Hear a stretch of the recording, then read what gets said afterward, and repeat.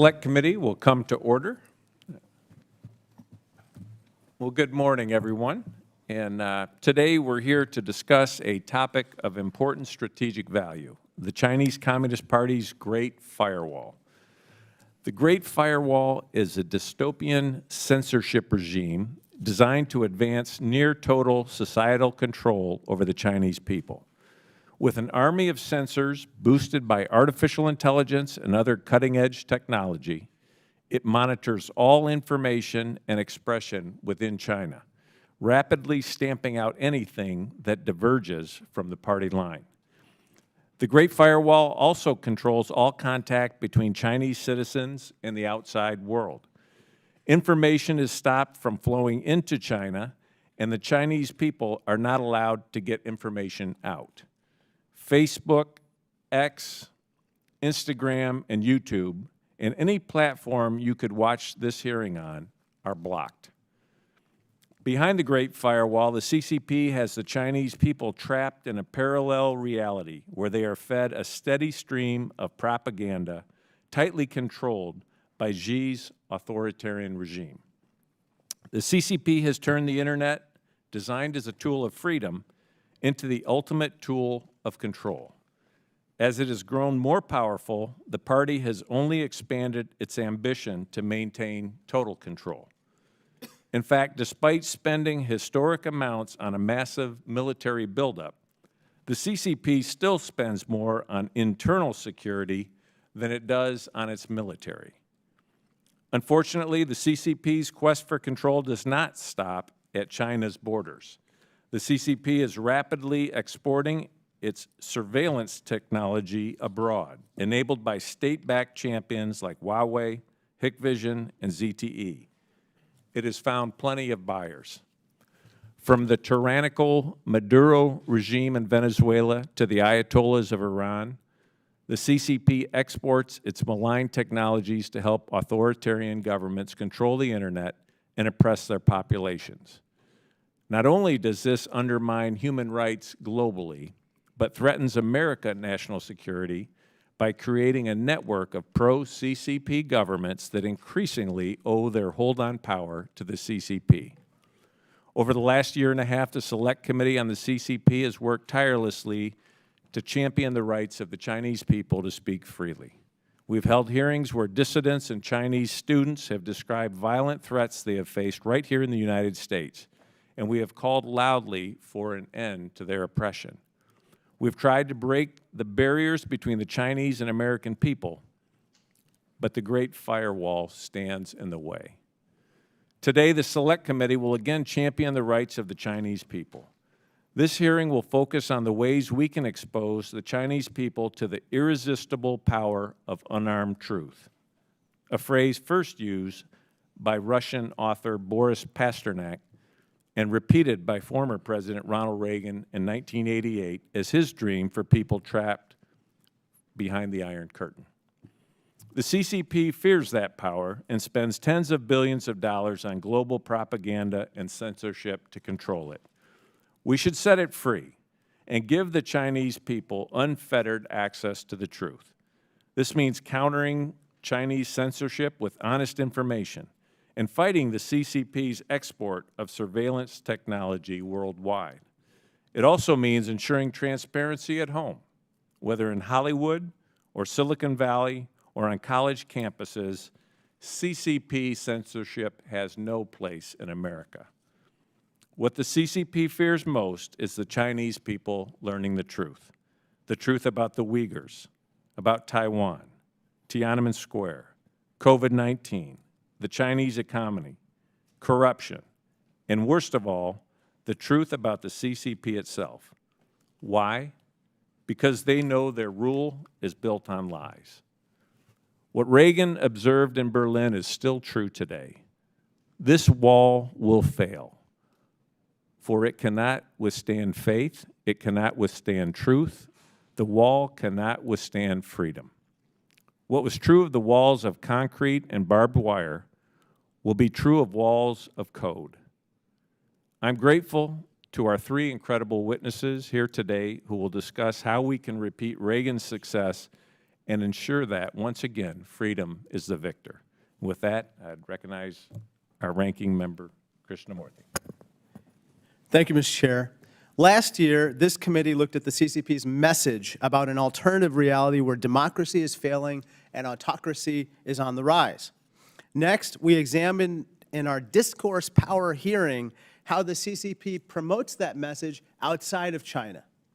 Today, we look at how the CCP spreads its message inside of China, not only through propaganda, but also by stifling alternatives to its messaging through censorship, surveillance, and its so-called Great Firewall, which is the most sophisticated system of internet censorship anywhere in the world. The CCP's censorship is dangerous because by denying discussions of human rights and alternatives to its negative messaging about the U.S., the CCP creates a controlled society that is more supportive of its aggression toward the U.S. and our allies, partners, and friends, including Taiwan. Almost 25 years ago, President Clinton argued that giving China full access to our market would help create a future of greater openness and freedom for the people of China. Unfortunately, that prediction was wrong, because instead of allowing greater openness and freedom, the CCP used China's growing wealth and access to technology to build the world's most sophisticated surveillance state, which it now exports to other countries. Today, the CCP spends more on its domestic security services than it does on its military, and it spends a lot of this money on surveillance cameras. It's estimated that of the 1 billion surveillance cameras in the world, half of them, a whopping 500 million surveillance cameras, are in China alone. Here you can see the city of Wuhan, which once was called China's democracy village because for several years it was allowed to elect its own leaders. Unfortunately, the CCP ended this experiment in 2016 and now blankets the village with surveillance cameras like the 5 you see here. You can count them, 5 on 1 lamppost. The CCP also spends its money on the technologies and surveillance bureaucracy behind its Great Firewall, which experts say has achieved industrial-scale censorship by blocking IP addresses, contorting online conversations, and filtering website data. In recent years, the CCP has started actually shrinking the number of Chinese website domains, which are down more than 1/3 from their peak in 2019, as you can see here, dropping from roughly 51 million domains in 2019 to about 32 million in 2023. In contrast, the number of domains in the U.S. in that same time period doubled. It's grown dramatically, and that's not much different around the world. Motivating the CCP's police state is its fear of Chinese citizens holding their leaders accountable, like they did in Wuhan's democratic experiment. In fact, at one time, online expression flourished for years in China as netizens found creative ways to evade the Great Firewall. One of our witnesses, Mr. Xiao Chang, compared this period to Star Wars Episode 4, A New Hope, where many fought for a future of greater openness and freedom from the repression of an authoritarian regime. But according to Mr. Xiao, since Xi Jinping came to power in 2012, it has been more of this. Episode 5, The Empire Strikes Back. Under Xi Jinping, the CCP has put even more eyes on the street and online, and it doesn't intend to stop at Chinese borders. As Xi said in 2018, the countries that take command of the internet will win the world. We cannot allow the CCP to command the internet, which was designed to connect people, not to divide and control them. Whether it's countering the CCP's export of authoritarian technologies or standing by the Chinese people in their fight for freedom of expression, we must make sure that freedom and openness, both in society and online, prevail over censorship and control. This is a fight the U.S. cannot afford to lose. Thank you, and I yield back. Thank you. If any other member wishes to submit a statement for the record, without objection, those statements will be added to the record. We are now privileged to be joined by a great panel of witnesses who have been on the front lines of this important issue. Our first witness is Mr. Nat Kretchen. He is the Vice President for Programs at the Open Technology Fund, a congressionally funded nonprofit organization that supports the development and deployment of anti-censorship, privacy, and security technologies for populations living under repressive information censorship regimes. Our second witness is Dr. Zach Cooper. Dr. Cooper is a senior fellow at the American Enterprise Institute, where he studies the U.S.-China competition. Finally, we are joined by Mr. Xiao Zheng, a physicist by training. Mr. Xiao became a human rights activist after the Tiananmen massacre and is the founder and editor-in-chief of China Digital Times, a bilingual China news website designed to aggregate, contextualize, and translate online information from and about China. Thank you for being here, gentlemen. And with that, I want to welcome all the witnesses. Thank you all for being here. And Mr. Kretchen, you are now recognized for your opening remarks. Chair Molnar, Ranking Member Krishnamurthy, distinguished members of the committee, thank you for inviting me to testify. The Chinese internet today is unrecognizable from the internet we all know here. It's been roughly 15 years since Google and much of the free and open internet was blocked in China and replaced by CCP-controlled domestic platforms such as WeChat and Weibo. An entire generation has grown up never knowing the internet beyond these platforms. They don't long for the global internet because, by design, they've never meaningfully experienced it. In that time, the CCP has spent billions of dollars to erect a complex technical architecture to isolate over 1 billion people from the global internet. However, its ability to control information has less to do with blocking access to foreign websites and far more to do with its success creating an entirely new ecosystem and re-engineering its population's online behavior. This is the fundamental challenge we're faced with today. OTF was established over a decade ago to help journalists and human rights defenders counter online censorship. During that time, the cat and mouse game of internet freedom has remained fundamentally unchanged. Even in countries considered to have advanced information controls, like Russia and Iran, people still download circumvention tools to access the global internet. Internet freedom solutions are developed based on the assumption that overcoming censorship is simply a technical impediment that, once addressed, will meaningfully restore free online expression. However, this assumption no longer holds in China. The CCP is not simply building an ever greater firewall. It has undertaken a much more ambitious project, erecting multiple layers of self-reinforcing technical and social controls, the result of which is not a globally recognizable internet with key redactions, but a wholesale substitution of an entirely distinct online ecosystem. This ecosystem is characterized by the substitution of global platforms for domestic alternatives. Although highly censored, these platforms are extremely compelling. They're well-designed and content-rich. As a result, most Chinese internet users have little reason to explore beyond China's own social media universe. What this substitution does is provide China's censors with a huge home field advantage. The amount of control that can be asserted through WeChat and other platforms is far beyond what's possible on the open internet. On these platforms, censorship is faster, more nuanced, and more complete. Surveillance is harder to avoid, and party messages are spread more forcefully by committed little pinks. For those who want to look for information or connections that are unavailable on domestic platforms, precisely how to do so is far from simple. The Chinese government has engaged in a novel project of meta-censorship to obscure even the possibility of circumvention from its own citizens. They have criminalized circumvention tools and thoroughly blocked discussion of how to download them. Domestic search engines don't index censored sites. App stores, notably those run by Apple and Google, remove thousands of apps at the request of the Chinese government, including most internet freedom tools. And as if these obstacles weren't enough, it is only then that users must contend with the Great Firewall, which, as was mentioned, remains the world's most advanced national filtering system. From the vantage point of an average Chinese user, it's become increasingly difficult to even imagine what exists beyond China's domestic ecosystem, much less discover how to access it.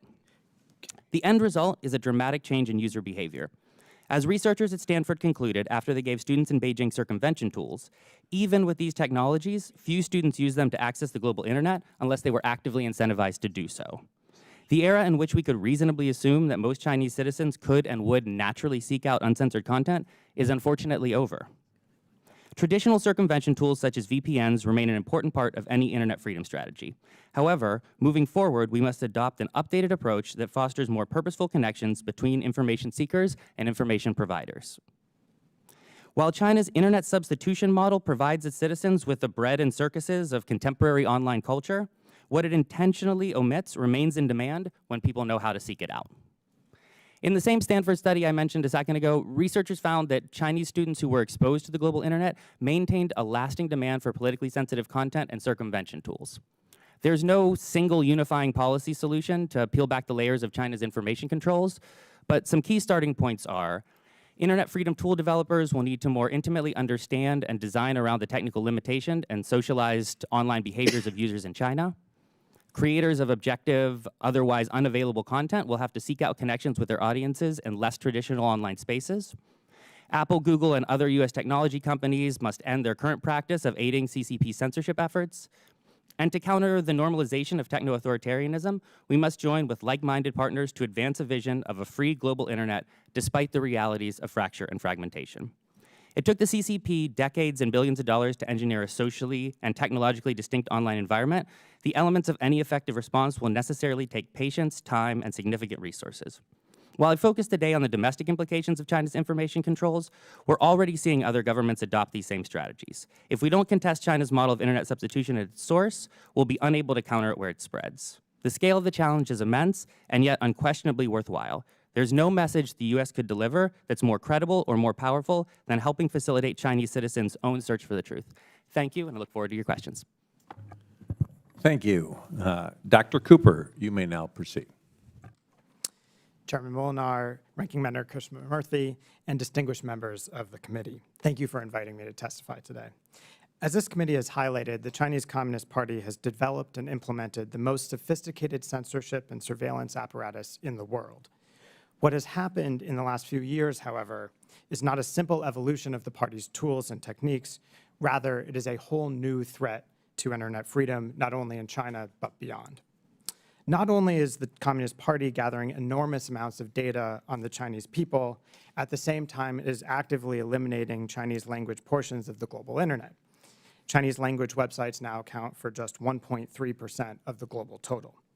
As a result, the Communist Party now knows more about its people than ever before, but the Chinese people know less about the outside world and indeed even their own domestic realities. This information asymmetry is no accident.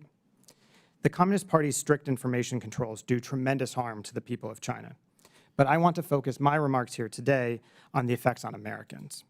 Increasingly, the Great Firewall is not only an obstacle for the Chinese people, but also a roadblock for US-China relations. U.S. Ambassador to China Nick Burns recently warned that Chinese leaders, quote, say they're in favor of reconnecting our two populations, but they're taking dramatic steps to make it impossible. He cited the Chinese government's efforts to, again, quote, denigrate America, to tell a distorted story about American society, American history, American policy, end quote. In short, efforts to stabilize the U.S.-China relationship are now bedeviled by the Communist Party's censorship and disinformation apparatus. Moreover, if the Chinese economy continues to stumble as a result of the Communist Party's poor management, Beijing may feel that it has to rely more on nationalism to bolster domestic support. If this occurs, the Communist Party might lean even more heavily into blaming the United States for China's own woes. Setting the record straight will be critical to guard against this strategy. Moreover, techno-authoritarian tools developed by Beijing will not stay in China.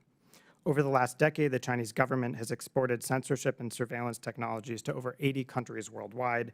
These tools and techniques will be adopted by autocrats from Russia to Iran to Venezuela and beyond. And through multiple international technical and standard-setting bodies, the Chinese government is attempting to reconfigure foundational elements of the internet. In short, the Communist Party's information controls not only harm the Chinese people, but also obstruct their ties with American counterparts and threaten to proliferate around the world. Now is the time for us as a nation to rise to meet this challenge. I want to quickly outline 4 recommendations with which we could do so. First, the United States needs an ambitious moonshot project on internet freedom. One estimate suggests that the Communist Party spends on the order of $10 billion per year to develop and refine its system of surveillance and control. U.S. internet freedom efforts receive much less than 1% of these resources. We must do more. The time to act is now, before these systems proliferate globally. Second, we should insist that American companies do more to counter information controls. Some major US companies restrict access to virtual private networks and other apps in China while allowing the Communist Party to replace these networks with ones that the party can covertly monitor. Companies must disclose major cybersecurity incidents. They should have to do the same when they enable foreign censorship and surveillance. Third, the United States should insulate itself against censorship and surveillance here at home. The Communist Party has long barred most American media companies from operating effectively in China, yet the United States has few reciprocal protections. US media companies themselves should be required to disclose when they disseminate information or accept payments provided by entities affiliated with designated foreign adversaries. Fourth, the Congress should conduct additional and should support additional research on Chinese censorship and surveillance. We need a deeper understanding of the tools and techniques that the Communist Party is using if we are to understand the evolving nature of the threat that it poses. Detailing the Communist Party's information control strategy is fundamental to building an effective US government response. The information competition with China is not a minor aspect of the relationship, but rather a central pillar. Xi Jinping often references Mao Zedong's exhortation to, quote, seek truth from facts. But increasingly, the Communist Party has become focused on reconstructing facts to hide the truth. I therefore thank the committee for bringing these issues to light, and I commend your efforts to build an ambitious bipartisan agenda in these areas. Thank you. Thank you. Mr. Zhao, the floor is yours. Your microphone. Thank you, Mr. Chairman, and respectable members of the committee. I want to thank you for giving me this chance to address this very crucial topic. Let's start from Great Firewall. The chairman's opening statement already said Great Firewall is a broader definition. Both include the domestic censorship and also at the gateway, the technology apparatus. Let me start with a little bit of narrow definition of Great Firewall, which is that's a nickname. Right? Now, Chinese government gave an official name publicly. It's called State Data Cross-Border Security Gateways. And that is a collection of institutions and technologies, both hardware and software, serves as the national censorship apparatus in the PRC that restrict those websites, which opening statements already mentioned. Let me also say, the central government organ or party organ is called Cyberspace Administration of China, CAC. That's the agency for internet regulation, censorship, oversight and control. And the CAC reports to Central Cyberspace Affairs Commission led by Xi Jinping himself. And since 2008, CAC directly managed this apparatus called Great Firewall. Let me also say that the Chinese, in the more broader sense now, Great Firewall, the CCP always thought legitimized the regime by shaping public discourse, mobilizing support, and suppressing dissent. I'll give you one example. In 2015, leaked documents revealed that Chinese government mobilized over 10 million college students through the Communist Youth League for their so-called online public opinion struggle tasks. And then all the companies, internet service providers, data analysis companies, and social media platforms in China contribute to this digital control. Right? Sina, Weibo, Toutiao, Kuaishou, they employ thousands of censors to remove illegal content, so-called, and often outsource to companies. One's called Beyond Soft, which employs over 8,000 workers. But what's the Great Firewall, that critical piece on the gateway? Because the entire censorship propaganda mechanism in China, controlling both traditional and social media, relies on Great Firewall for this information security. Without it, the suppressed content could become accessible again by the Chinese public. Now, we also talk about circumvention of the Great Firewall. There are tens of millions of Chinese internet users using VPNs or homemade tools, open source tools to circumvent Great Firewall. But also, the Great Firewall itself enhance its blocking capacity through the methods, active probing, special responses, and pushing the criminalize the circumvention efforts. Let me give you one telling example in this hearing, which is a blogger called Yuan Xiaohuan, and he is a cybersecurity specialist. And he began an anonymous blog called Program Think in 2009.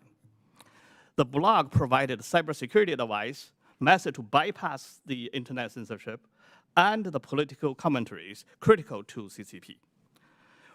The blogger dared the CCP to catch him, using his cybersecurity expertise to evade capture for 12 years. Millions of Chinese netizens admired him as a legend and hero, cheering, worrying, praying, and crying for his fate.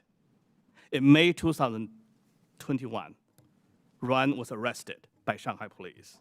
On February last year, he was sentenced to 7 years in prison for, quote, inciting subversion of state power. And I want to use this opportunity to call American Congress members to nominate him, along with Peng Lifa, the bridgeman, the protester at Stone Bridge, October 13th, 2022, two of them, for the 2025 Nobel Peace Prize in support of the Chinese people's struggle for human rights. And now, let's talk a little bit about the surveillance technology. We already talked about how they export, PRC export surveillance technology. Let me give you 2 examples. In Venezuela, actually 2020, the US Treasury Office sanctioned this company called China National Electronic Import and Export Corporations to Venezuela for the Chinese version of Great Firewall. But who is the chief scientist of that Chinese company? Fang Bingxin, the father of Great Firewall. And only last month, or 2 months ago, in Myanmar, the military junta deployed a new system that can intercept and decrypt web traffic, blocking applications, and blocking VPN. Who provided that technology? Chinese company again. Same company that US just sanctioned.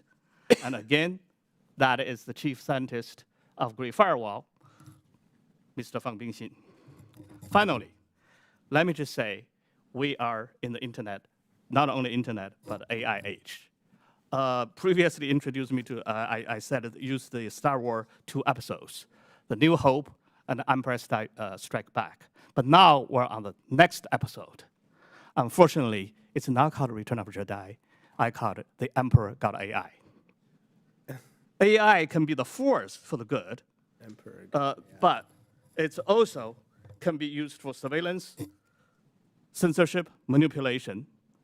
As technology relies heavily on the centralization of the massive data, AI tends to empower centralized autocrat governments, and rather than the decentralized democratic system. The PRC is the most powerful and technologically advanced dictatorship. By using these technologies, CCP consolidates its power at home while weakening democratic competitors abroad. The CCP is providing the world with a blueprint for establishing a digital totalitarian state and presenting a real threat to the world peace. So we must work in solidarity to defend and preserve freedom and dignity at home and globally. This is one of the greatest challenges we must meet in this 21st century, and I include 6 of my recommendations and policy in my written statement. Thank you. Thank you. Mr. Shao, what do you think would happen if the Great Firewall ceased to exist and information flowed freely in China? The People's Republic of China will no longer exist, given enough time. Let me put it this way. Why they really, really want to need the Great Firewall? Because just like the Berlin Wall, if without that wall, the other half of the city of the Berlin will walk across to the freedom. And for the Chinese people, that if the Great Firewall is not there to stop the people to access information, they will seek freedom online in their heart and minds. The Dr. Cooper and also Mr. Crutchman described particularly the sort of alternative or the parallel cyber reality in China. But that so-called cyber reality doesn't really hold water if the Great Firewall is really done. And let me also say this. This is fundamentally about legitimacy of the Chinese government. If they cannot answer the question who elected them, who they represent, and who participate the daily decisions. If those questions are being openly asked and a debate can be freely sort of let people to express, then fundamentally the Chinese Communist Party's legitimacy is undermined. So in this way, Xi Jinping is correct to say that the information security is his regime security. And that regime is critically held by the Great Firewall. And Dr. Cooper, why do you think the CCP is investing so much in this great firewall, and why is controlling information at home and abroad so important to their strategy? Well, I think Mr. Chow put it really well. At the end of the day, the party's legitimacy doesn't rest on the support necessarily from the people for the policies that it's pursuing, especially when those policies don't appear to be working. You look at what's happened to the Chinese economy the last few years, you look at the increase in political repression, and it's hard to say that the Communist Party is delivering for its people, but it's very clear that the party has become more reliant on information controls. And so I think at home, increasingly, we're probably going to see the party rely more and more on information control rather than actually being able to deliver for the Chinese people. And that downward cycle is probably going to get worse. I would just say abroad, I do think this idea that China needs to make the world safe for autocracy, as some people have said, makes sense. And ultimately, there's no way for China to do that without trying to pacify the criticism that it sees from the outside world. And so I would expect that we would see China try and proliferate the tools and techniques that it has. It's already doing this, but I think we're maybe at the first phase of a strategy that will go well beyond that ultimately. And then Mr. Crutchman, what should be done to enhance the flow of information across the Great Firewall? You mentioned there's no one policy, but what would it take to effectively combat the CCP's surveillance and censorship? Yeah, I think from the United States perspective, it's going to take a lot more focused coordination across a lot more of the agencies and different actors that we have on our side. The way that China has designed its information control system is to try to ensure that most Chinese citizens never even hit the Great Firewall, that they're mostly trapped inside of this domestic ecosystem of WeChat and other kind of giant platforms. And since that's the case, we're going to have to be able to more nimbly reach in to find folks with the kind of solutions we can offer in terms of circumvention tools, to be able to provide uncensored, truthful content to folks where they are on the internet they've been socialized into, and lead them back out into, the global internet, which at this point they've kind of lost the muscle memory of. And Dr. Cooper, do you have a thought on that? Well, as Nat just said, I have the honor to be the chairman of the board of the Open Technology Fund, and I think the kind of work that OTF has been doing has been incredibly important in this area. But I do think the scale at some point does matter, right? The Chinese government is putting billions and billions of dollars into this year after year. I think increasingly this has to be a central pillar of our own strategy too. Even if we're not going to spend that kind of money, I do think that we have to be talking about significant investments over time, or else the closure that we're seeing in China will get worse, and it won't stay in China. It will expand to other authoritarian states. So that's why I said I think this is time for a moonshot. We need a major societal decision that this is something that we have to deal with over the next decade or two. Thank you. Ranking Member Krishnamurthy. Okay, thank you. Thank you, Mr. Chair. Nobody understands the Great Firewall better than the Chinese people, who, despite the CCP's denial of human rights and despite the CCP's aggressive rhetoric about the U.S. and our allies, still find ways to talk about censored topics.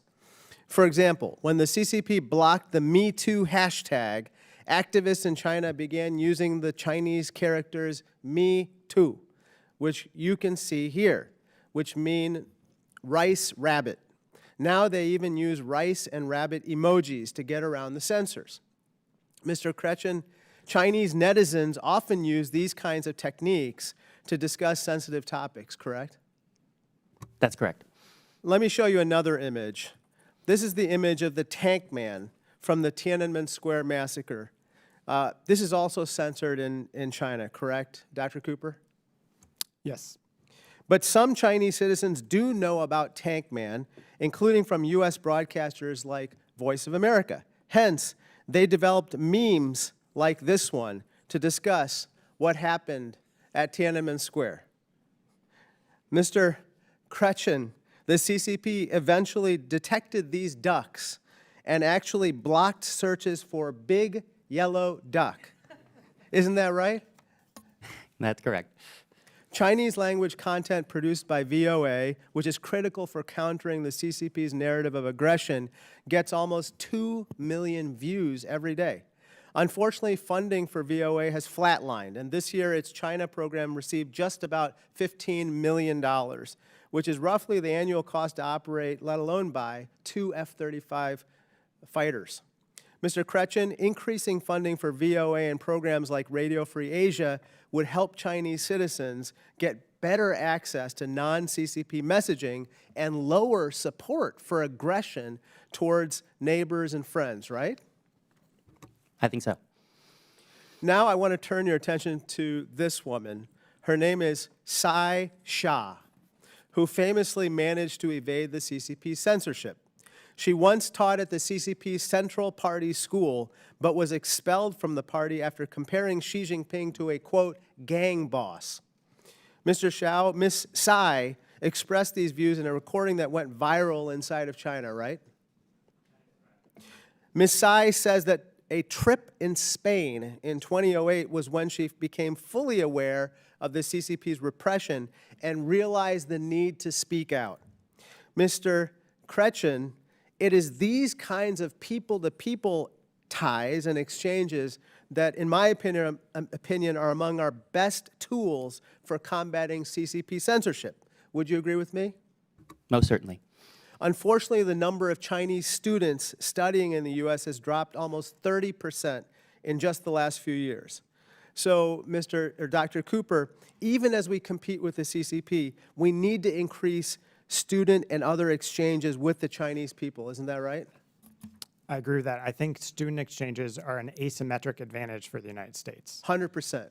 Let me turn to my final topic, namely the CCP's export of surveillance technologies. The first problem is the security concerns with the technology itself, for instance, the existence of backdoor access by the CCP. But the second problem is that the CCP exports its surveillance tech to bad guys all over the world, such as the military junta that overthrew Burma's democratically elected government in 2021. Dr. Cooper, Chinese companies like Dahua Technology, which the U.S. sanctioned for supporting the CCP's human rights abuses in Xinjiang, are selling advanced surveillance cameras to the Burmese junta, right? Yes. And the junta is using these cameras to help arrest and imprison pro-democracy activists, correct? Yes, I believe they are. Here's a picture from a Dahua showroom in Burma advertising some of the tracking software in December 2022. So we have a sanctioned Chinese company selling advanced surveillance technology to a sanctioned regime. When dictators around the world know they can rely on the CCP to support them, when they're under U.S. sanctions, they are strengthened and enabled to commit more human rights abuses. Thank you, and I yield back. Thank you. Representative Whitman. Thank you, Mr. Chairman. I'd like to thank our witnesses for joining us. Mr. Kretchen, I wanted to get your perspective. The depth and breadth of what China is doing around the world many times is facilitated by American companies. In fact, many times they get co-opted or they feel like they have to be compelled by the CCP because of the 1.4 billion people in China. Would you agree that those technology companies have been co-opted and that they are actually enabling, in many ways, the key enforcers of the Chinese Communist Party's surveillance state? And if you do agree with that, what should we do to hold these companies accountable or to make sure there's consequences for them enabling the CCP? Yeah, absolutely. At the very least, we see that they're, at this point, not cross-pressured. They're feeling CCP pressure to remove the kinds of internet freedom apps that OTF funds to help develop, and basically taking the tools out of Chinese citizens' hands that would allow them to get around censorship and surveillance. And it's a huge problem. And beyond that, we haven't found good ways to compel them to help better support the development of internet freedom technologies or the funding of those technologies, because at the end of the day, a lot of the tools that those are built on point back to some big American companies who at this point are profiting from them. And in terms of what we should be doing, I think Dr. Cooper has some fabulous recommendations for ensuring that at the very least disclosure happens when these kind of companies aid and abet censorship and surveillance efforts in the CCP, but in a better world, they wouldn't be engaged in those behaviors at all. Very good. Thank you. Dr. Cooper, let me go to you, and I want to follow up on Ranking Member Krishnamurthy's assertion about the exportation of this technology. We know that China, the Chinese Communist Party, is one of the most advanced states as far as how they prosecute advanced technologies for surveillance and really repression of their own people. They look to export that because they don't believe in the rule of law. They like to enable other governments that operate the same way that they do. But let me ask this. Give me a sense of your priority where we should look at. That is the most immediate threat of places where this technology is being exported. And then what should we do to respond to this exportation? We talked a little bit about there. Mr. Kretchen talked a little bit about it. But I want to know what's the most immediate threat. And then what can we do as a nation, policy-wise and as a Congress, to most immediately impact that? Well, thanks, Representative Rootman. I think this is absolutely crucial, and I would say you could think of sort of a tiered approach to different countries that adopt Chinese surveillance and censorship technology. There's a hard core of highly autocratic countries, your Venezuelas, your Cubas. Frankly, I don't think we've got a lot of leverage in most of those countries. We can use sanctions to try and limit their ability to gain access to Chinese systems, but at the end of the day, they're probably going to be able to circumvent those. You've then got an outer layer, which is countries that are maybe leaning in an autocratic direction or have some leaders who are highly corrupt who would prefer to have the censorship technology. I think in those places we can actually be quite effective when we're focused on intervening with those countries early on in the process. I'd say there's also a third layer, which includes some close democratic allies of the United States. You know, China's safe cities approach is something that's gotten traction in France. So I would start there at the outer layer and work our way in over time. I think if we can explain and make transparent what the Communist Party has done with these tools, that a lot of people in those countries will think that those tools shouldn't be able to be used either by their governments or by companies in their countries. Very good. Thank you, Dr. Cooper. Mr. Zhao, I want to ask, we see as this digital authoritarianism is expanded around the world, that I think there's some opportunities for us to point out where the weaknesses are in those systems. And the only way that happens is through the people in those countries, or as we also heard examples of people within China that are speaking out and pushing back against this. How can the United States either enable those folks that are speaking out or undermine the use of these digital tools of authoritarianism? There are several aspects to answer this question. But let me actually start from the voices of Chinese people, even under the repression, that they use coded language, use satires. But also there are, let me just give you an example, that what kind of the voices on Chinese internet and being censored and reappeared outside of China. such as China Geotimes and my website. Okay. Well, let's start from this. Even back to your first question, why Great Firewall is so important for Chinese Communist Party, right? Because as a autocratic system, it has the common feature, which is few rules many, but in the name of many. They cannot tell Chinese people that the truth. They said, oh, we do this for you, for Chinese people, right? Well, think about this. In the dynasties, the next legitimacy of the emperor is because of the bloodline, right? But today's dynasty cannot do that. North Korea, inherited by the blood, but it's called Democratic People's Republic of Korea, right? And China called People's Republic of China. It's not people's, it's not public. And here's the quote that online went viral in China and being thoroughly deleted. And what this post say? It says, oh, those peoples are a miracle. The people's daily, which people do not read. People's great hall, where people do not meet. People's government, where peoples do not rule. People's court, where people see no justice. These kind of voices are common knowledges in China, but without alternative, that they're being repressed by this digital authoritarianism and actually and also being confined in a cyberspace by the Great Firewall. Now, the effective ways to respond to this, including a technology piece. If the Chinese regime seems the Great Firewall is so critical to it, it's invested so much resources and technology to it, even to undermine that effort to getting the Chinese internet users to access more freedom of the information, it requires much larger budget and resources to build up the counter technology. And I'm naming one, not just VPNs. Decentralized generative AI tools. The new AI tools that actually is another threat to the Chinese government control of the ideology and online contents.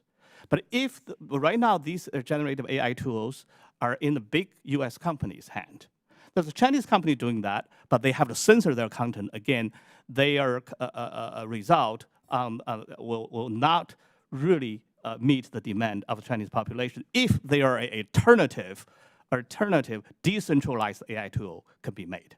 Thank you, Mr. Chairman. I yield back. Representative Kim. Yeah, thank you, Mr. Chair. Dr. Cooper, I'd like to start with you. You said something that, I guess I kind of missed it when I read through your testimony, but you said it, it really stuck out to me. If I get this right, you're saying that right now about only 1.3% of global websites are Chinese language websites, and that's down from 4.3 before, about a decade ago. Is that correct? That's correct. So, just so I get this right, you're not just talking about what the Chinese people have access to. You're just saying like they've actually been deleted from just writ large in the internet across the world. So it's not just about censorship within China, but it's being deleted and in many ways removed from all of us to be able to access. Is that correct? That's exactly right. Yeah, thank you for that.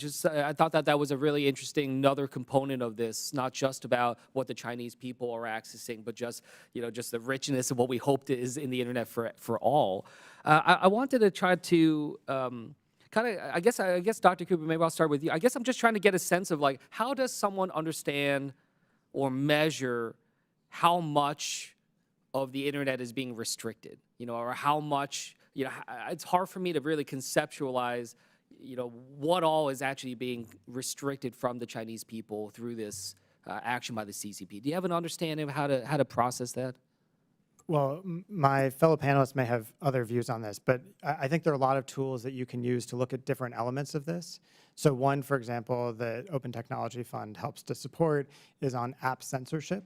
And you can go on and you can literally see on the Google Play Store, on the Apple App Store, what is censored. And it is a tremendous amount of stuff. And it's many of the apps that not only Americans use all the time, but that others around the world use. So I think it's going to differ from domain to domain. But it is a tremendous amount, not just on the internet, but also these other tools that people use to access information. Yeah. I want to just pivot and just kind of focus in on something that's been kind of touched upon, but just, we're on the advent of this new era of innovation with AI. Has been referenced in different ways, but I'd like to dig in a little deeper. Mr. Kretschm, I thought you had a really powerful diagram on page 3, really showing the concentric circles here of some of this. Helps me understand this.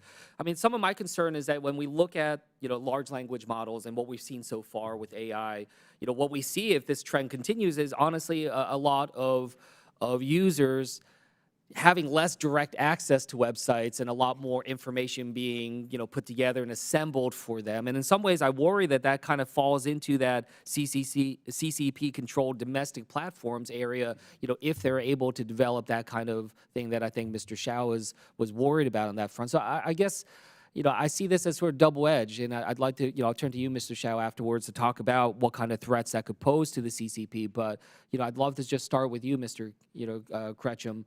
Just is this going to make things potentially much, much worse in terms of the ability to censor? Absolutely. I mean, the really kind of pernicious, for me, kind of the most dystopian part about the way that the CCP has set up its information control regime is just how self-reinforcing it is and how it really does create kind of like, interestingly, memory holes. To your point about a shrinking internet, there's just fewer sources where those things can be found. So when you've taken people, initially when it was just like, oh, we'll censor websites we don't agree with, new websites will pop up. That's a cat and mouse game that can be played from both sides. Once people are sequestered into platforms that can be much more easily controlled by the CCP, all of a sudden, everything you see kind of reinforces a central narrative, and it becomes really hard because everyone's subject to the same controls to say anything different.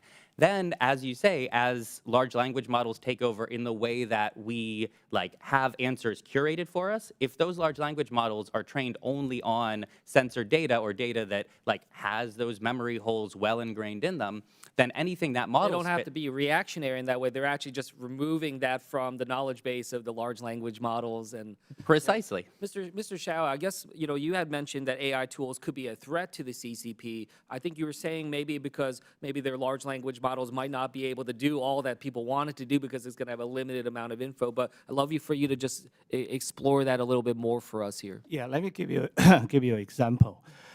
China actually is the only other country has a tech ability of the AI that developing those large language model. So as Mr. Kretschm said, that is a parallel universe. The Chinese users are using Chinese model. Mm-hmm. The difference is they are trained by different data and also under the different supervised training, which is in China, the censor will just monitoring the outcomes, right? But there's a difference between the two models if you train differently and by different data. And why those differences are so crucial. Because AI is so vast, and it answers any common sense questions. I'll give you an example. What's the patriotism? What's the love of the country, right? Hey, that's the AI, if you use the OpenAI ChatGPT, or tell you the answer you love your country, it's different than love your government, it's different than the state. Yeah, it's different than love your culture. But if you use the Chinese under the PRC propaganda materials trained, the crucial point, every day they're trying to confusing people's mind is love China equals love Chinese Communist Party equals love Chinese culture equals Chinese people. They lump them together. Logically, it doesn't make any sense. Yeah. But they use whole propaganda and the censorship to make that only available in the Chinese language space. And Chinese AI will just answer that. Yeah. But the my outside of time's that come to a close, so I'll yield on back, but I think that's an important thing for this committee to explore. Thank you. Mr. Lukenmeyer. Thank you, Mr. Chairman. Appreciate the commentary this morning and the discussion. Want to take a little bit different tact here this morning. Some of you have talked about, how we can impact what's going on in China, and a couple of you in your testimony, written testimony as well as verbal testimony this morning, talked about investment in China. The Chinese talk, I think Mr. Cooper said, to invest billions into their internet.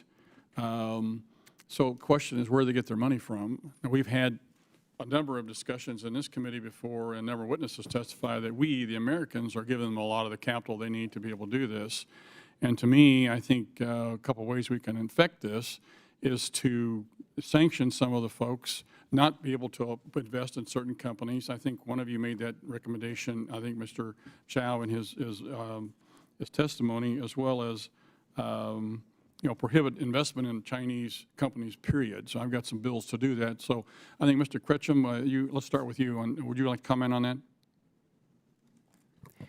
From the OTF perspective, I mean, we come at this from a relatively technical perspective, and in that sense, like there are lots of places where you'd want to be very careful about essentially either U.S. investment in the kind of firms that we know will blow back into creating better surveillance and censorship technologies that, as Dr. Cooper said, will inevitably be proliferated into a lot of other states who are seeking information control solutions like the PRC is putting together. Mr. Cooper, Dr. Cooper, like to comment on that? Yeah, what I would say just briefly is I think there is an important role for outbound investment legislation, and I know many of you have been leaders on this issue. I think as regards the censorship and surveillance question, the outbound investment limitation should, for that purpose, be focused on those companies that are engaged in the most pernicious behavior, either within China or outside. And so I do think there's a logic to restricting the ability of Americans or American companies to invest in companies that we know are infringing on the rights of people, whether they're in China or in Venezuela or beyond. Mr. Zhao, you mentioned in one of your recommendations, I believe, to prohibit or minimize investment. It will look to me like, why are we trying to help the company, the country that's trying to take us over? It makes no sense to me. If this were Nazi Germany, would we be investing in that? I don't think so. China is our mortal enemy here, and we're continuing to fund them. We need to be stopping all investment, in my mind, and sanction them. What do you think about that comment? Well, my expertise is not a global economy. In that sense, I'm not sort of qualified to recommend the sort of blanket assumption. But my recommendation is about targetedly sanction or block the including investment of those companies, the Chinese companies, who playing a crucial role that on those large-scale digital authoritarian tech, including the censorship and the surveillance and manipulation. And I actually added 2 more sanction recommendations in my written testimony. Let me just state it. And I used the example of the security expert Chinese Fang Bingxin, who is widely known, publicly known in China to father of the Great Firewall. As I said, he is the chief scientist of those US sanctioned companies who are exporting technologies around the world. Not only those companies should be that prevented the US investors to invest, but those individuals, including the scientists, who played a crucial role to develop those technologies, and educational institutions should be sanctioned on blacklist by United States. One quick question here. One of you made a comment, the country that takes command of the internet will rule the world. I think some of this goes back to artificial intelligence. I mean, that's where we all seem to go back to. I've got a hearing right after this one in another committee with regards to artificial intelligence. Scares the heck out of me. It's a wonderful tool on a positive side, but it can be manipulated in a very, very negative way, and scares the dickens out of me. And I think the Chinese, if they beat us in AI, we're in really big trouble. I've only got 10 seconds left, so I'll yield back, Mr. Chairman. Thank you very much. Thank you. We are going to break briefly so that members can go and vote, and we'll plan to reconvene shortly after the vote series wraps up. My staff will be in contact with member offices on timing, and without objection, this committee meeting is in recess, subject to call of the chair. The committee hearing is now reconvened, and we will now complete member questions. Representative Carson, you are now recognized for 5 minutes of questions. Thank you so very much, Chairman. This question is for everyone. I'd like for you all to elaborate on the risks of the CCP's surveillance and censorship activities on U.S. companies' intellectual properties and data security and the global market. Are there any examples in your mind of successful initiatives by our international partners to counter the CCP's efforts, and what collaborative efforts are in place between the U.S. and our global partners?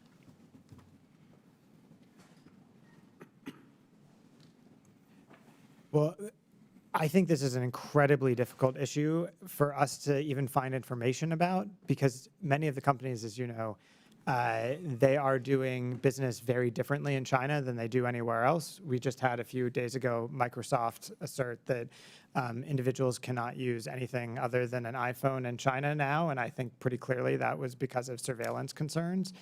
But we actually don't know a lot about how most companies operate in China, because those companies are quiet about what they do, because a lot of those American companies want to continue to do business in China and have had to adjust their activities to comply with Communist Party requirements. So I think there's actually a limit on what those of us outside the business community know about how many American businesses that do business in China are operating. I want to just add on another aspect, which is the Chinese tech companies are building a lot of digital infrastructures around the world. To give you an example, the ZTE, right? It's operated over 50 countries, providing fiber optic cables, mobile networks, data services, in Turkey, Sri Lanka, Sudan, you name it, Laos. Those Chinese companies also have capability of collect and control data globally, and enhancing their AI data analysis and control models. In other words, those countries who are using the Chinese digital infrastructure are exposed themselves to the Chinese, not only espionage, but even further manipulation and control. This is a global threat, and it's not within U.S. territory itself, but given it is the competitive nature between the United States and China and the global market and geopolitics, the policymakers must take that into concern.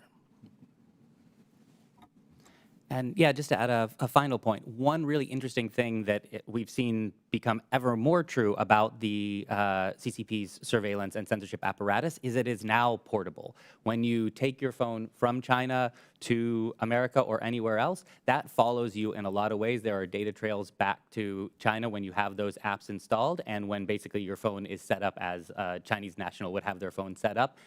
They now bring that censorship and surveillance with them in ways that could have unintended consequences, we'll say. Thank you. Thank you, Chairman. I yield back. Thank you. Representative Barr. Chairman, thanks for holding this hearing. Excellent hearing. Important oversight here. Dr. Cooper, let me ask you a little bit about follow up on this outbound investment strategy that we're working on. Currently, Huawei and Hikvision are both listed on Treasury's non-SDN Chinese military industrial complex list and DoD's 1268 Chinese military company list. Currently, however, being named on these U.S. lists has little or no effect on these companies' operations or operations abroad. What would be the effect on these companies if the U.S. subjected them to full blocking sanctions or implemented a U.S. investment prohibition? Do you think this would be helpful to include in an outbound bill? I think it would be effectively impossible for them to operate if they were not able to access Chinese banks. And so I do think if there were blocking sanctions put on, that would be essentially a kill shot potentially for some of those firms that do business globally. Again, sanctions is a way with precision, to really impede their surveillance authoritarianism, digital authoritarianism. Is that fair to say? Yes, it is. What would be a reason that Treasury would not currently designate those companies which are so integral to the techno-totalitarian surveillance activities of Beijing? Well, the bottom line is that the Treasury Department has not used sanctions as a tool against China for, frankly, most of the last 2 decades. I was in the White House doing sanctions work about 20 years ago, and Treasury didn't want to use those tools then. And in general, I think the Treasury Department has been hesitant to use them now. Well, we might want to change that. Let me ask any of you to describe the Chinese central bank digital currency as integrated into its digital authoritarianism. Can anyone speak to how China seeks to use the digital yuan as a way to surveil its people? I can say in a very broader sense, currently that initiative is not taking a full scale as the Chinese government wanted to be. However, for those already being experimented in different cities and the different sectors of societies, it is absolutely true that if you use the Chinese digital yuan, then the state has, the bank potentially track every financial activities you do. Yeah, you have zero privacy under that system. Well, this is why the United States should not adopt a central bank digital currency, right? Because if we don't want to counter China by becoming more like China.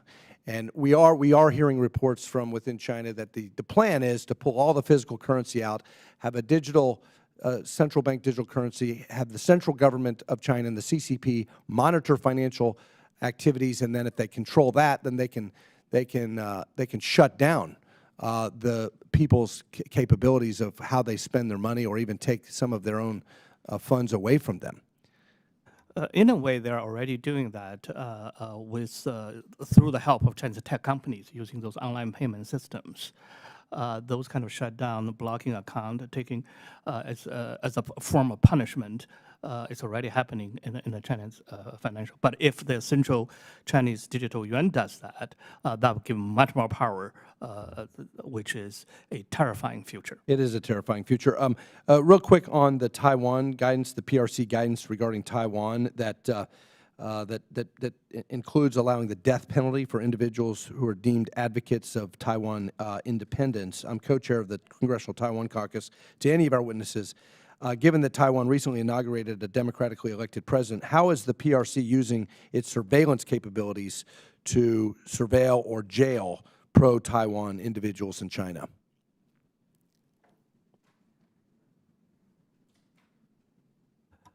This raised another very important question, which is the PRC state extended their ability, not only surveillance, but cyber attack, way beyond of PRC borders. That whether you're Taiwan independence or other activists or political figures, or even any other sector, if the Chinese state targeted you, their espionage, and particularly the cyber attack, leaves no space that as a state power. Therefore, it's not just the citizen of Taiwan needs to watch what they do, their activities around the world, but anyone who, if the PRC identified as their enemy. So that caused United States and any sovereign states to give a strong measure to protect their own citizens and to counter that kind of beyond of PRC border attack. Thank you. I yield. Thank you. Representative Auchincloss. Great hearing, Chairman. Thank you, and thank you to our witnesses. I'll co-sign my friend from Kentucky's statements about us not needing to mimic the ideology or tactics of the Chinese Communist Party to outcompete them. One of democracy and freedom's great ideological strengths is that it does not need to rely on propaganda to succeed. It wins in civil society on its own merits. And in free and fair elections this year, Taiwan demonstrated that leaders in the Chinese Communist Party see Taiwan as simply the largest and most organized dissident group in China, and they made many sophisticated attempts to sway voters through mis and disinformation throughout their campaign season. It didn't work. And we must learn from Taiwan's examples of resilience and build on them. Mr. Chiang, am I pronouncing that correctly? Yes. In your testimony, you recommend Congress support new circumvention technologies and decentralized AI tools through increased access to resources, research, and collaboration opportunities. As you set up the China Digital Times, what circumvention resources did you find most helpful? Well, the circumvention-grade firewall actually doesn't require extraordinary high tech. there is a plenty of those open source Chinese internet developers homemade tools that are serving the Chinese internet users' demand right now. Are they readily available, though, to the average consumer of? That is the difficult part because the Chinese authorities are cracking down on any spreading of that tools. In the same market, there's also the commercial VPN companies and the U.S. government-funded tools development, such as the Open Tech Fund. Yeah. The issue is really how to get those tools to the individual Chinese internet users at a scale, So we which need is sort of then you're a- up against the Chinese authorities' repressive effort. We need to get a whole app store inside the Great Firewall. That we cannot. Even the Apple, those U.S. companies are taking VPN app down. And also, I added one more thing to the committee, that because there is actually a strong demand for those VPN circumvention tools, the Chinese government, in addition to Great Firewall, they develop their own VPNs and to give to a large, significant number of Chinese users, so the Chinese state can have monitoring the data and also putting another layer of filtering into those kind of Chinese VPNs. I did not realize that. So it's state-supported VPNs that are, in fact, funneling that information right back to the Politburo. Yes, for example, you use that, there's a plenty of people using that state VPN. They can search on X, but they cannot access to Voice of America and the China New York Times. So, Mr. Kretchen, then, the Rapid Response Fund provides emergency support to independent media outlets, journalists, human rights defenders facing digital attacks, helps individuals and groups stay safe. How can the Open Technology Fund solicit for these kinds of support systems and help what Mr. Zhang is trying to do? Yeah, it's absolutely a challenge and one that we're attempting to improve our tooling all the time. So as Shal said, it's incredibly important to have tools that meet the Chinese users where they are, because as you say, you can't just go to an app store and download them very easily now. We're trying to make sure that for the kinds of developers and human rights advocates who can access our funding, that's available and as kind of rapid and as secure as we can possibly make it. And then in terms of kind of trying to find ways to inject more secure technologies and solutions into ecosystems where Chinese users are already finding these solutions is really important. You need viral adoption, though, right? This is fundamentally, this is a consumer technology, and so it's got to be virally adopted. And how do you create that viral flywheel through a repressive digital regime? I mean, has anybody cracked the code on that one? Unfortunately, no one's cracked the code at scale, and I think part of what we're going to have to do is devolve that a little bit because, there's not going to be a silver bullet anymore, but what we can do is understand specific user groups within China who have specific use cases and needs and design tools for them, which will, allow us to fly a little bit more below the radar of a control system that's designed specifically to prevent virality. Well, because you want, and competition is going to induce the best product for what people want to use, right? You're going to get that feedback loop with the consumer. Absolutely. Final question, again for you, Mr. Kretchen. Technology at Scale Fund supports the large-scale circumvention and secure communication technology needs of the U.S. Agency for Global Media's broadcasting networks, including Radio Free Asia. Nearly all those satellites, though, are owned by only 25 companies worldwide, very few of which have open-source technologies due to the extremely high cost of R&D, launch, and long-term maintenance. Would it be helpful to have a federal challenge which allows federal agencies to pay only for success? So the Search and Sustain Fund doesn't actually work with satellite technologies. It more runs VPN technologies. But effectively, that's how that fund functions for VPNs. It only pays for success. It offsets the user carrying costs of VPN users in highly restricted areas. So our partners come to us and say, oh, okay, this is how many users we were able to support, and here's your per user cost of those, and that's what we're reimbursing against. So effectively, that's what we're doing. We're incentivizing tools who can carry users in the hardest places. Are you concerned at all about the concentration of satellite ownership? Is that something that we need to address? So, I mean, it's certainly an issue that we have to pay close attention to. Like from the OTF perspective, it's not a technology we're able to piggyback on in China yet, but we're exploring it in a lot of other places, and how that market develops in China, and in fact, how chipsets evolve to see, if we don't need base stations, that sort of thing. That will be an important thing to pay attention to, even though it's not operational today for us. Back. Thank you for the indulgence, Chair. Representative Newhouse. Thank you, Mr. Chairman. I want to thank the three witnesses today for their testimonies on how the CCP strategically executes its Great Firewall strategy to control its domestic population, as well has expanded its authoritarian sphere of influence campaign abroad. These abuses of centralized power through surveillance technologies truly go against everything Western civilization has been fighting for since the creation of our free marketplace of ideas.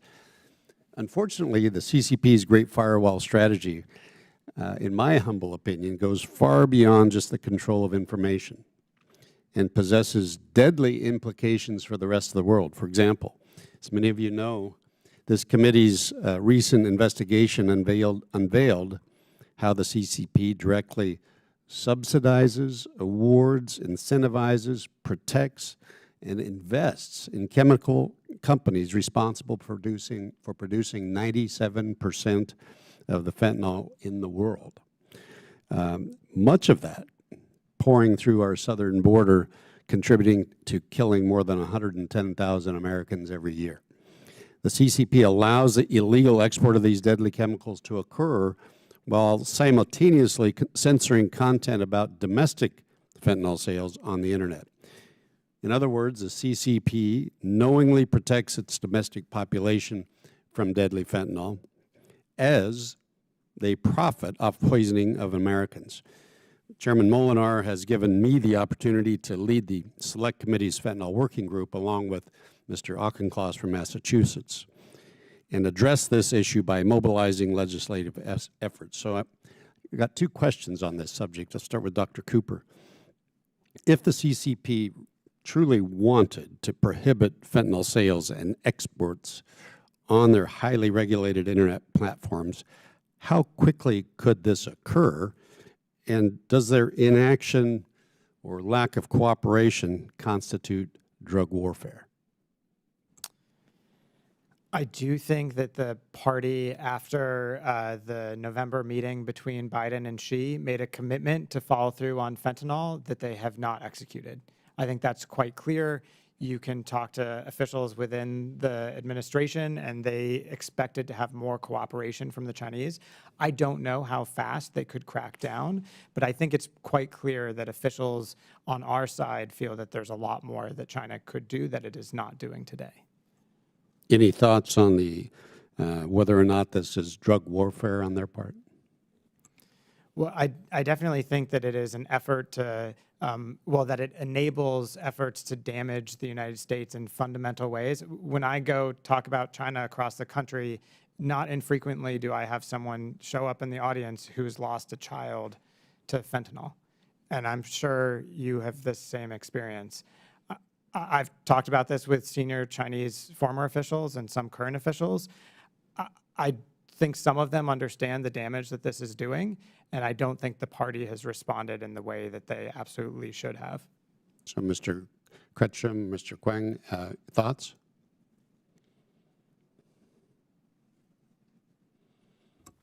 I don't have too much more to add beyond what Dr. Cooper has said, other than to essentially reassert that, yeah, that's the kind of topic that's incredibly well censored in the Chinese domestic space. It's a thing that, like, when we're analyzing different censorship trends, always comes up as one of the things that's very tightly controlled. So we can definitely co-sign at least that much. Thank you. I second on that. The aspect of looking at it is that the Chinese public not aware this is one of the important issues between the two countries, United States and China.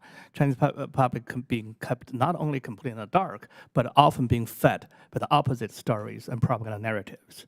That's giving this challenge even much harder to address.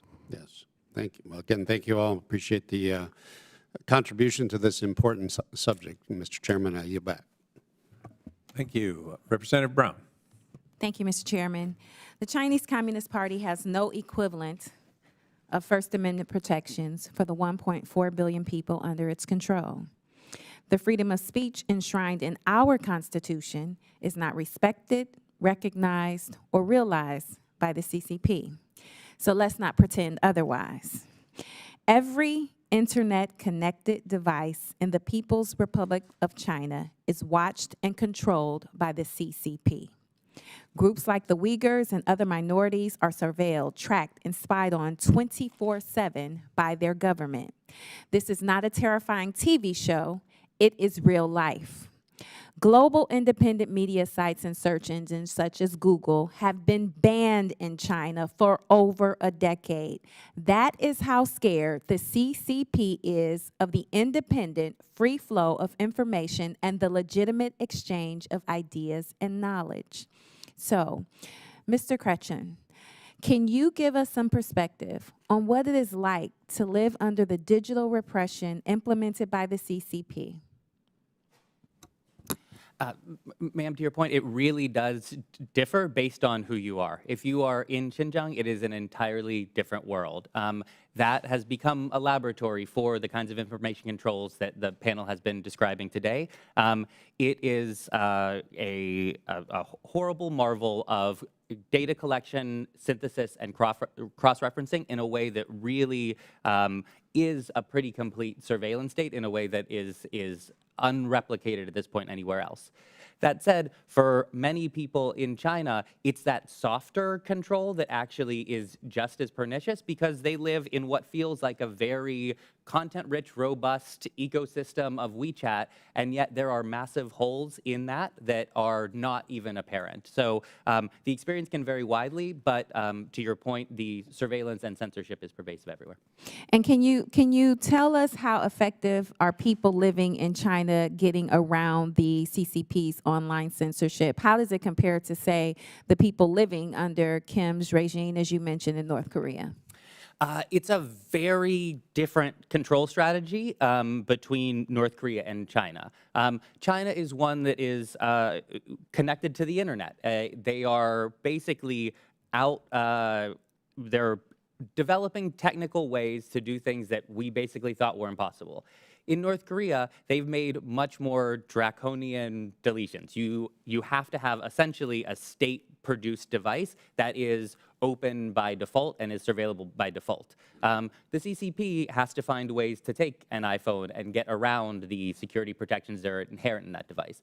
And so what they've done is use essentially platforms like WeChat and others, and then also network-level controls to be able to do that at a massively aggregated level than in a kind of more on-device, slightly more straightforward way that the North Koreans approach it.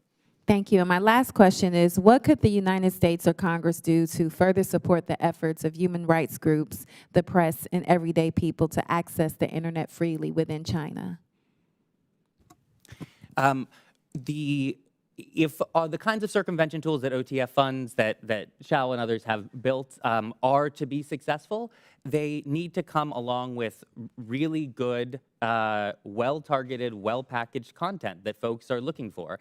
At the end of the day, there is information competition, even if we are attempting to allow users in China to take their own journeys to that content. And so the more that we can invest in the production of very good objective news and make sure that it is packaged and distribution is taken into account when it's put together, we're past this era of, oh, if you build a really good website, you'll get Chinese users who come see it. You have to now break that down and make sure you're delivering it to those users and giving them avenues to access it that actually comport with the way that they interact with each other daily online.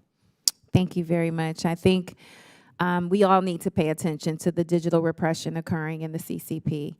In the People's Republic of China, the internet is a weapon and free speech is seen as a threat, monitored, restricted, and a tool of further CCP indoctrination.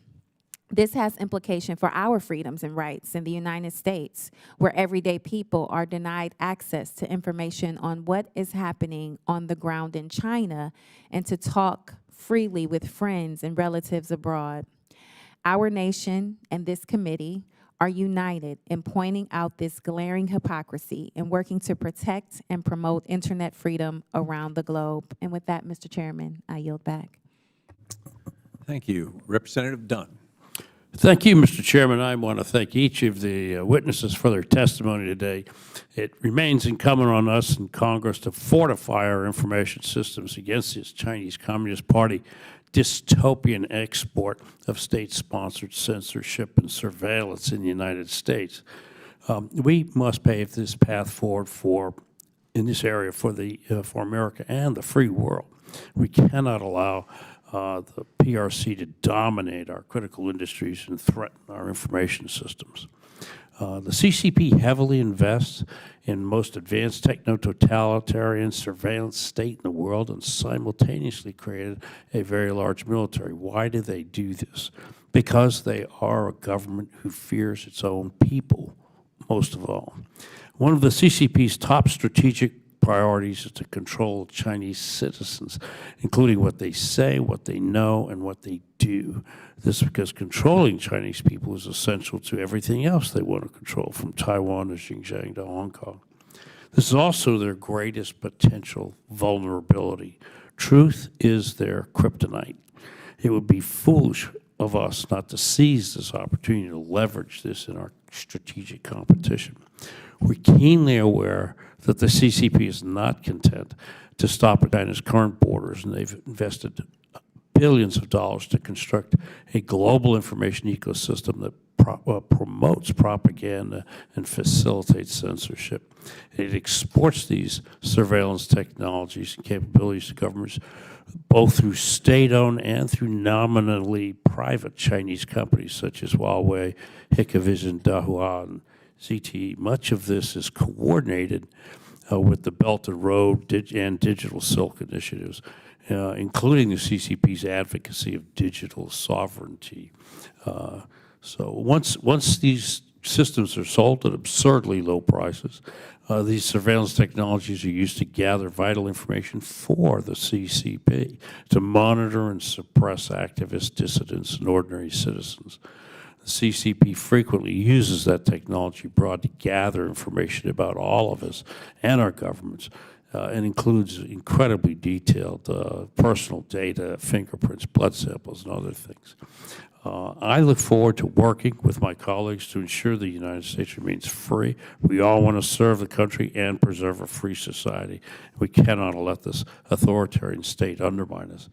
Mr. Ketchum, as you mentioned your technology, American technology companies in your testimony, technology companies like Apple and Google seem to have contributed toward the enforcement of CCP surveillance state. If so, how should we stop that?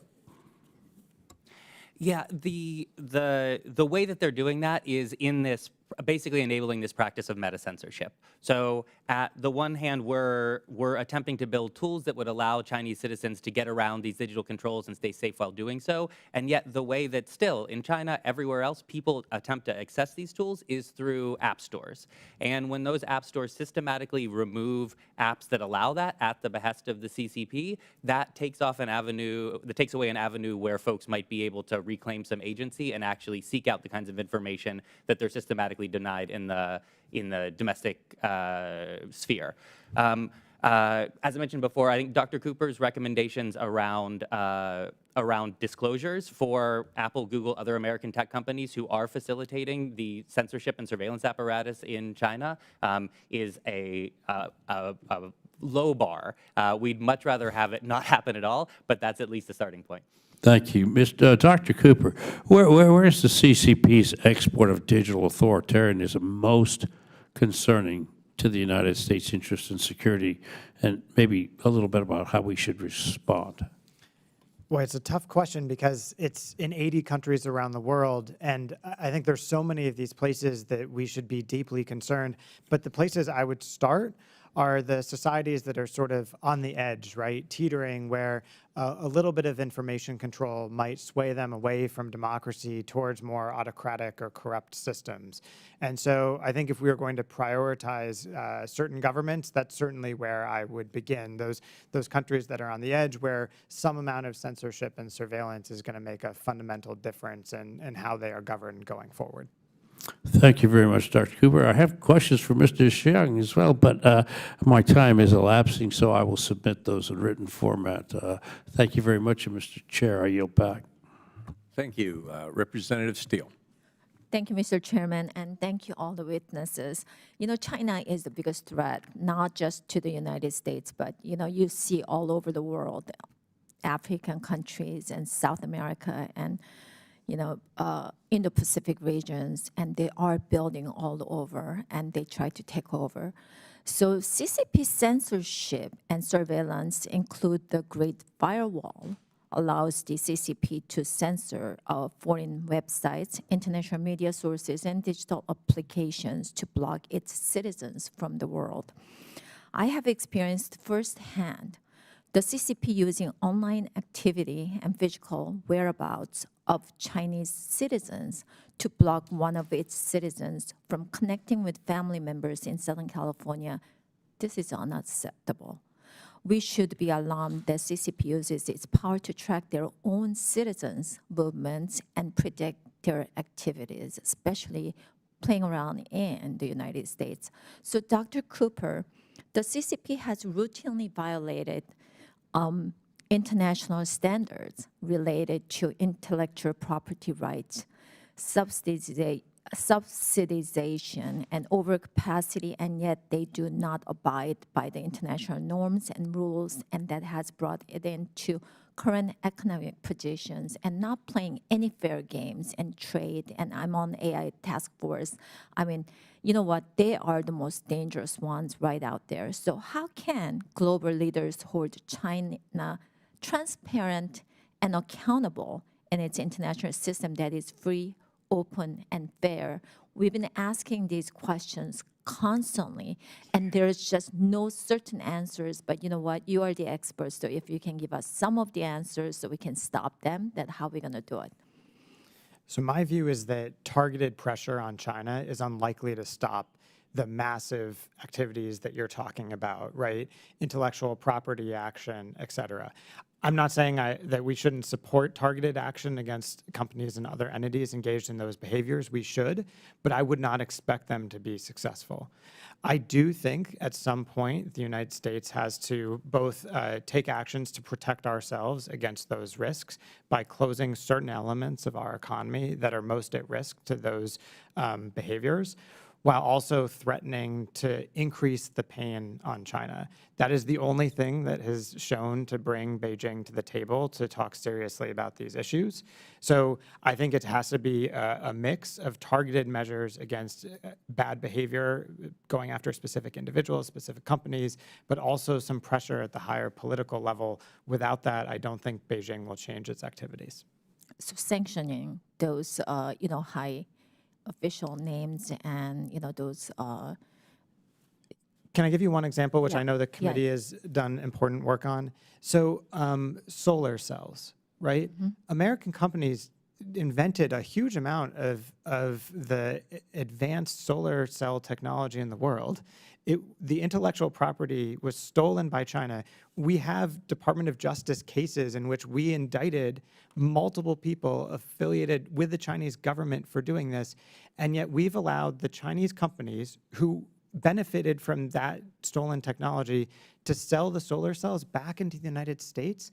I can't for the life of me figure out why we've allowed this to happen. So I think there's just some basic steps that we should be taking to protect ourselves. It might not change Chinese behavior on the whole, but we've got to start somewhere. Well, Chinese behavior is stealing is much cheaper and faster. That's the way it is. So Mr. Xiao Qing, if I pronounced your name wrong, I'm sorry. Why should those who are concerned about the human rights abuses by the CCP worry about their work with authoritarian regimes around the world?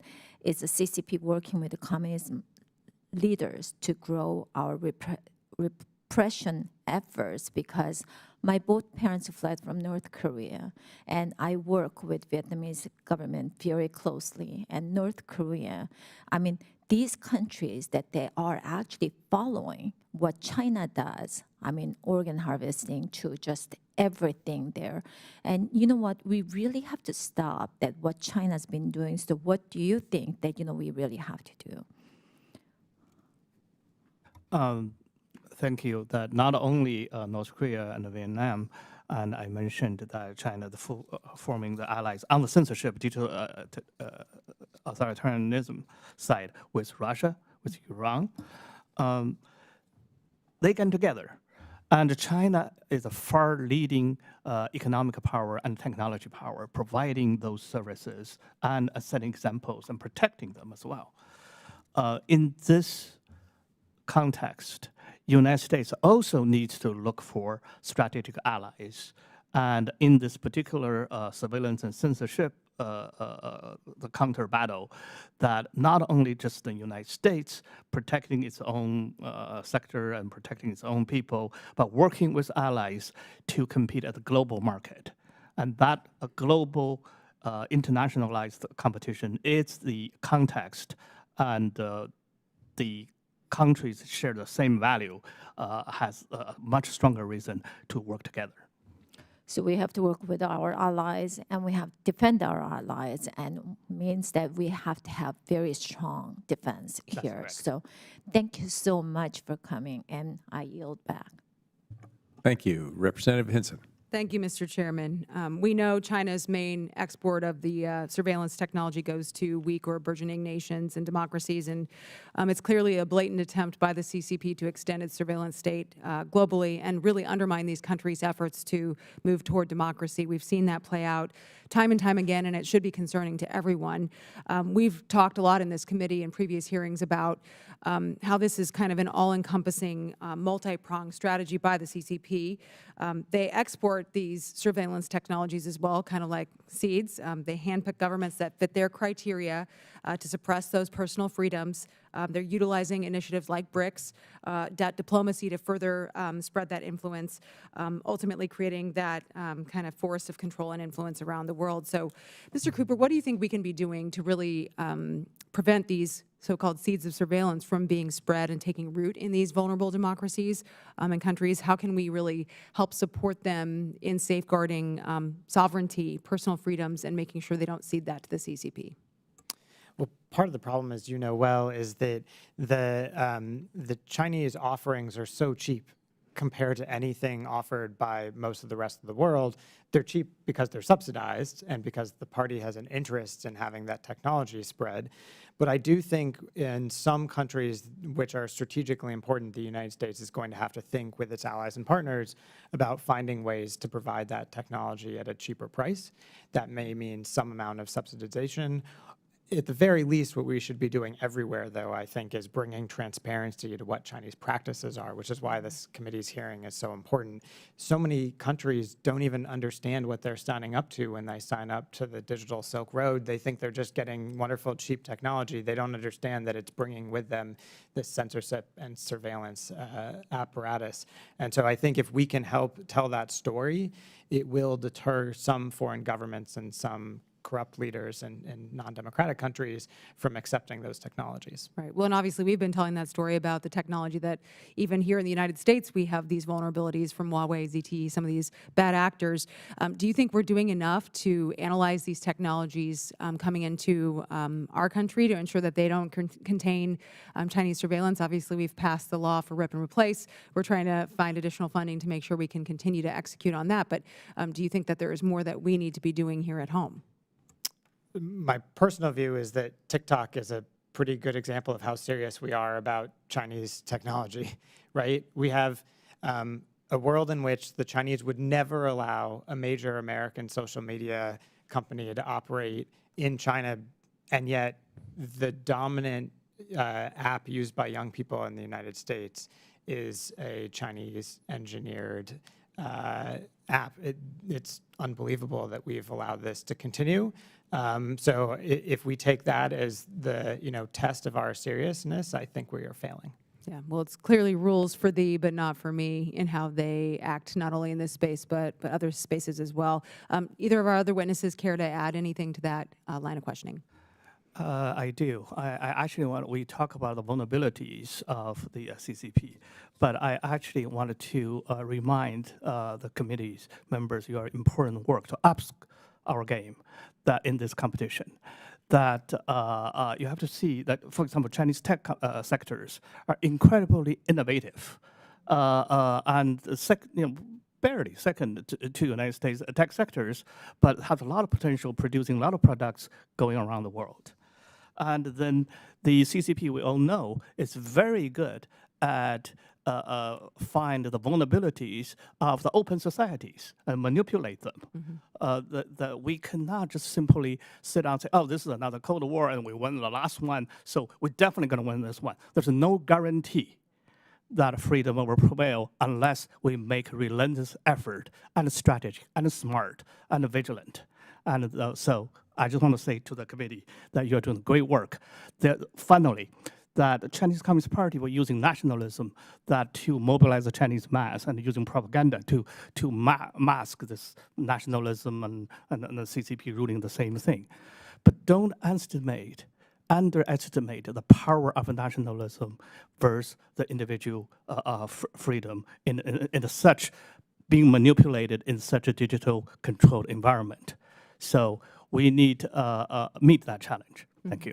Absolutely. Well, and on that note, I guess I'd follow up. What steps do you think are things that either this committee could do or Congress could do to really counteract that digital propaganda, short of, I mean, just funding, these countermeasures, getting that information out there? But we clearly have a Chinese media state that's colluding with the surveillance state.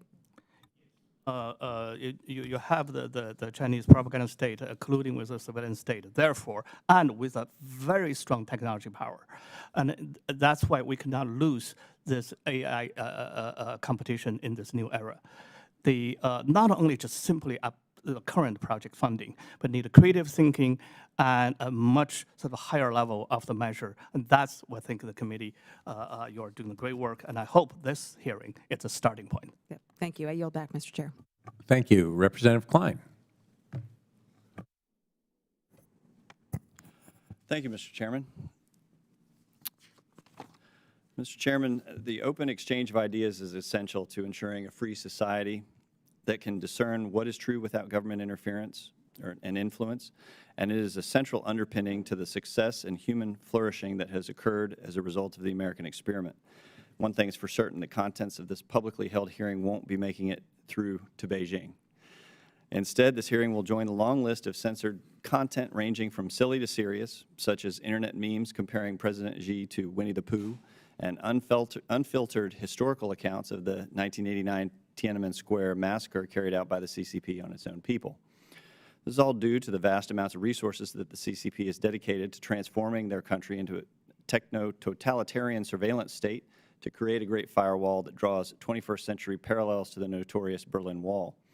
The methodology, sophistication, and scale of Beijing's censorship complex utilizes a mixed involuntary collection of biometrics, voice prints, facial recognition, and cell phone data, combined with dense networks of cameras and so-called convenience police stations in some regions, which has enabled them to surveil, manipulate, or coerce their people to control public debate and prevent challenges to the party's hold on power. However, we have to be cognizant that this troubling authoritarian model is not limited to the PRC's borders, as the party has shifted to exporting their tech and censorship know-how abroad. So let me ask Dr. Cooper, besides censoring their own people, focusing in on exporting surveillance tech abroad, what countries would you say have engaged the most with the PRC in buying this tech? And are there any surprises or notable mentions? I think a lot of them are going to be the usual suspects: Venezuela, Cuba, obviously Belarus, Russia are going to be more and more reliant on this sort of technology. But there are some surprises, and the place to look first is probably in the safe cities, so-called safe cities projects, which are all around the world. Marseille in France, for example. Probably not the kind of place that you would have expected to be looking into safe cities, but this has been attractive in a lot of places.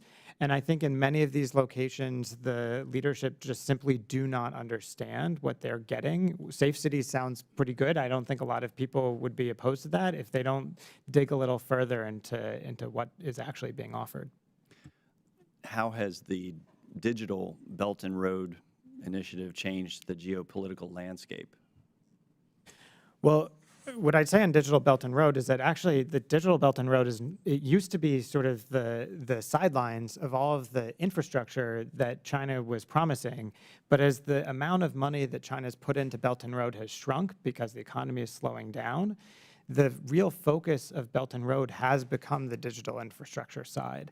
And so I think to the extent that we are focused on trying to deal with the challenge that China poses abroad through Belt and Road, the digital aspects of Belt and Road are probably in many ways the most concerning. You know, a typical infrastructure project doesn't give the Chinese the ability to surveil and in the future for other governments to censor what their citizens are seeing.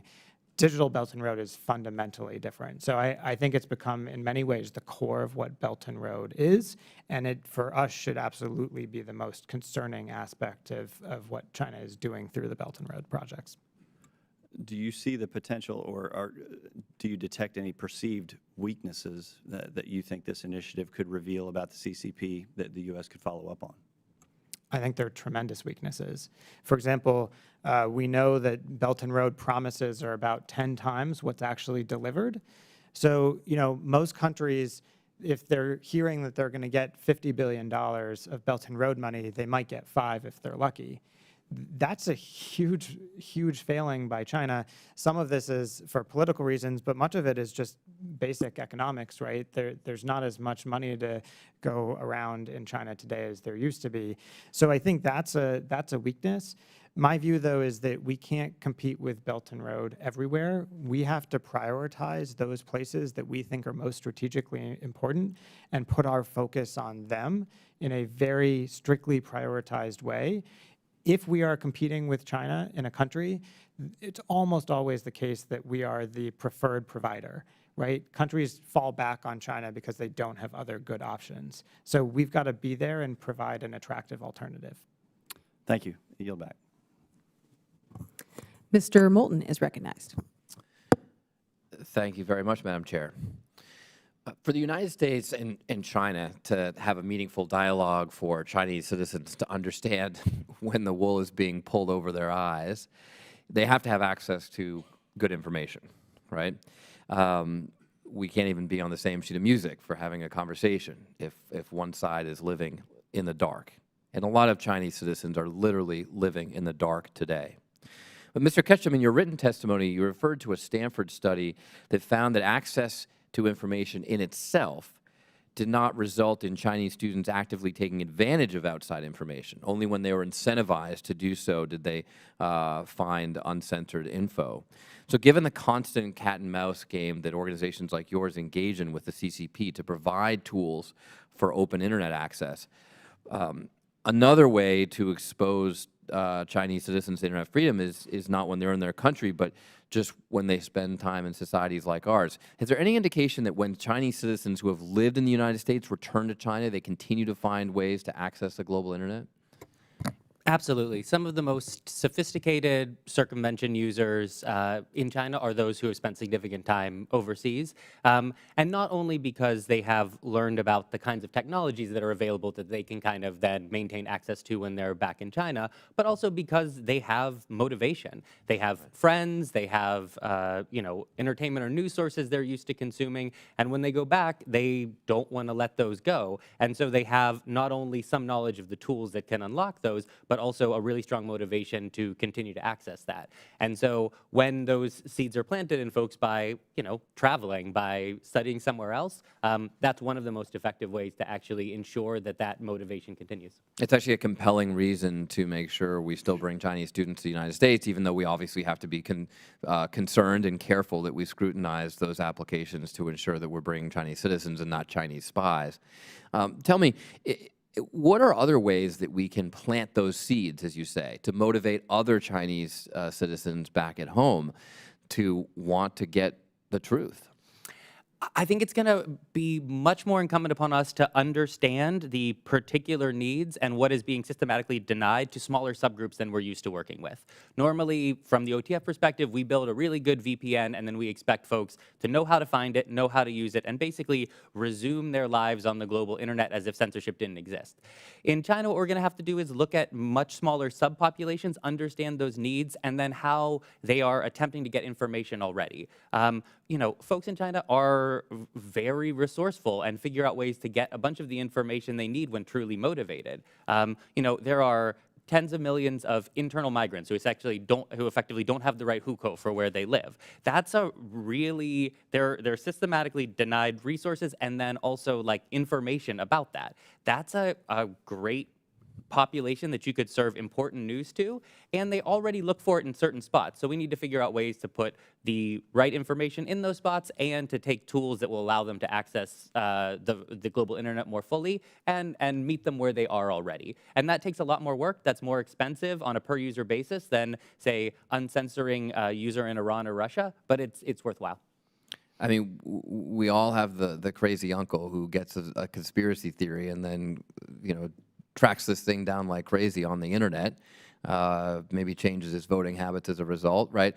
I would love to see a more proactive strategy to plant seeds, not of conspiracy theories, but just seeds of the truth in Chinese society. So beyond VPNs, are there other tools that we can use to motivate Chinese citizens to want the truth? Absolutely. I mean, it'll come down to increased support for the kinds of news and reporting that, frankly, isn't being done in a very good systematic way right now. Reporters are in general, are farther away from Chinese audiences than they've ever been. Having isolated the domestic information environment, it's really hard now to do the job of journalism inside of China, much less disseminate it back in. So ensuring that we're supporting good journalism that's coming out of China and then innovative ways to put it back in where folks are actually able to find it is going to be a difficult task, but one that we really need to focus on. Dr. Cooper, I'm sorry we don't have much time left, but anything to add to this? I would just say, I think it's absolutely critical that so many of the top reporters on China, they, first of all, have been kicked out of China, but to the extent that they're still reporting on China, the Chinese people can't see the reporting.